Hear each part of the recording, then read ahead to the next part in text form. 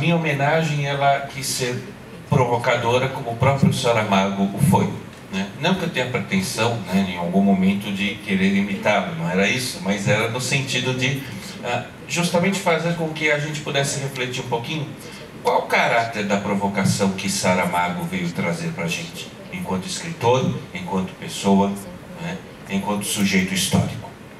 Para isso, então, que eu pensei em apresentar meu artigo aqui, pensando Saramago em duas perspectivas.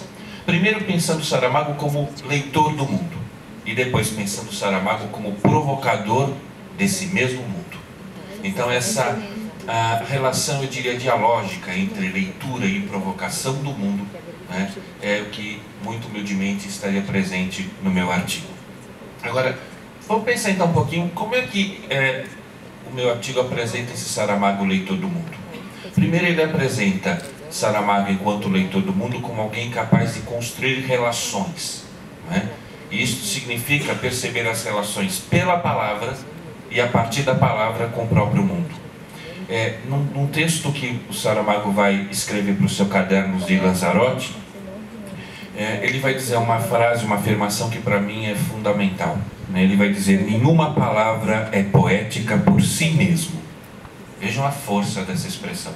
Quer dizer, nenhuma palavra em si mesmo traz essa carga poética que só se encontra na relação com as outras palavras e na relação das palavras com a realidade ou com as visões de realidade que ele constrói. Então eu acho que esse é o primeiro momento muito interessante para a gente pensar o impacto de Saramago provocador. Depois, atrelado a isso, a ideia de que Saramago também, enquanto leitor, vai atribuir significados. E aí eu tomei a ousadia de pegar um pequeno trecho do Merleau-Ponty, né, e fazer uma paráfrase. Merleau-Ponty estava pensando na questão da pintura, e eu fiz um diálogo com a questão da literatura, né? E uma dessas frases ficou assim: a escrita se faz no embate consigo mesmo. Veja que interessante, a escrita se faz no embate consigo mesmo, né? Portanto, a escrita, ela é um processo de encarnação, e daí então a própria provocação do título, né? E a palavra se fez Saramago e habitou entre nós, né? Quer dizer, então Saramago provocador, ele se reconstrói o tempo todo. Terceiro aspecto, Saramago também, enquanto leitor, capaz de fazer mudanças de paradigmas. As palavras rebelam-se, as palavras são também elas revolucionárias.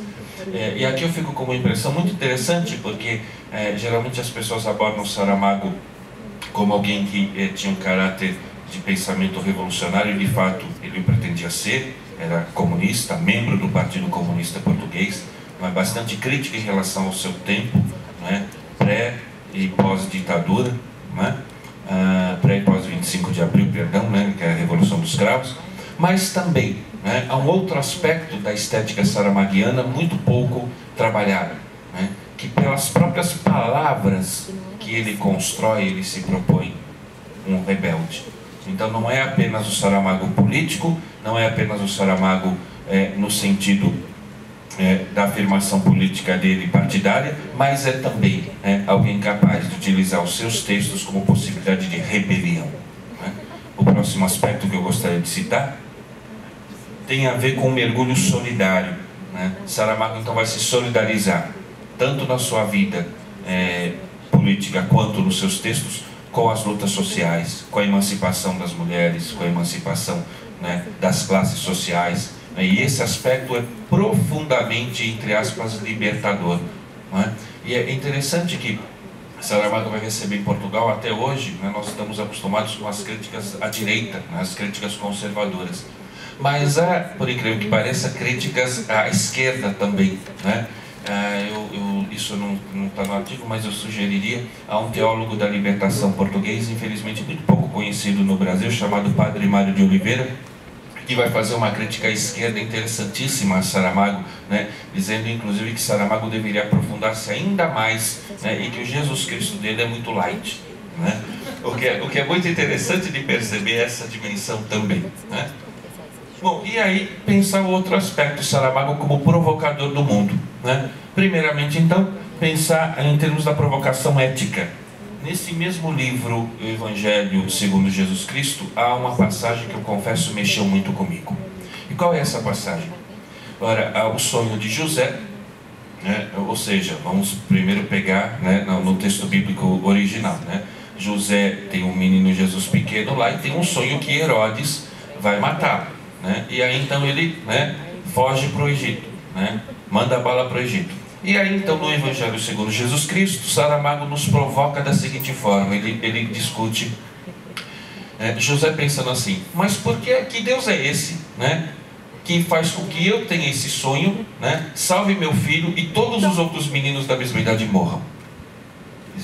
Então é algo que, estou até arrepiado agora, né? É algo que nos arrepia, né? É algo que nos provoca a olhar para as histórias e a olhar para a realidade, inclusive para o pensamento social, filosófico, teológico, né? De uma forma mordaz, mas ao mesmo tempo profundamente humanizadora, né?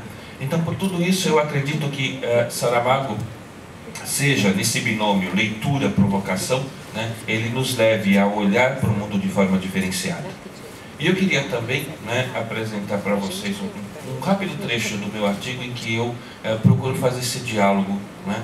E aí eu selecionei aqui um parágrafo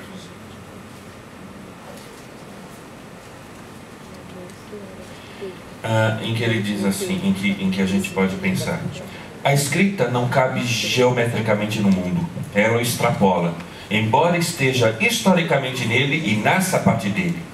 A sabedoria poética oficinal, né, apontada no texto de Saramago, é a pedra sobre pedra. Essa construção, porém, pode resultar, né, numa combinação de umas quantas moléculas de água com tudo aquilo que o mundo não tem. O que eu quero dizer com isso? Eu quero dizer justamente que Saramago, ao recriar os sentidos do mundo em seus personagens literários, né, nos provoca a sermos também nós, né, personagens transcendentes, personagens capazes de romper, né, com o mero cotidiano do dia a dia, né, e olhar para o mundo de forma diferente. E eu termino, né, apontando para vocês uma pequena discussão que eu faço. A primeira frase do meu texto é uma frase que a ministra da Cultura de Portugal fez no dia que o Saramago morreu, né, e assim, por aquela coincidência trágica, ao mesmo tempo feliz do destino, eu estava em Lisboa nesse dia, né? E pude ver pelo telão, não entrei lá dentro, óbvio, mas eu vi pelo telão na praça, né, quando a ministra falou assim: hoje não temos palavras, Saramago levou-as todas.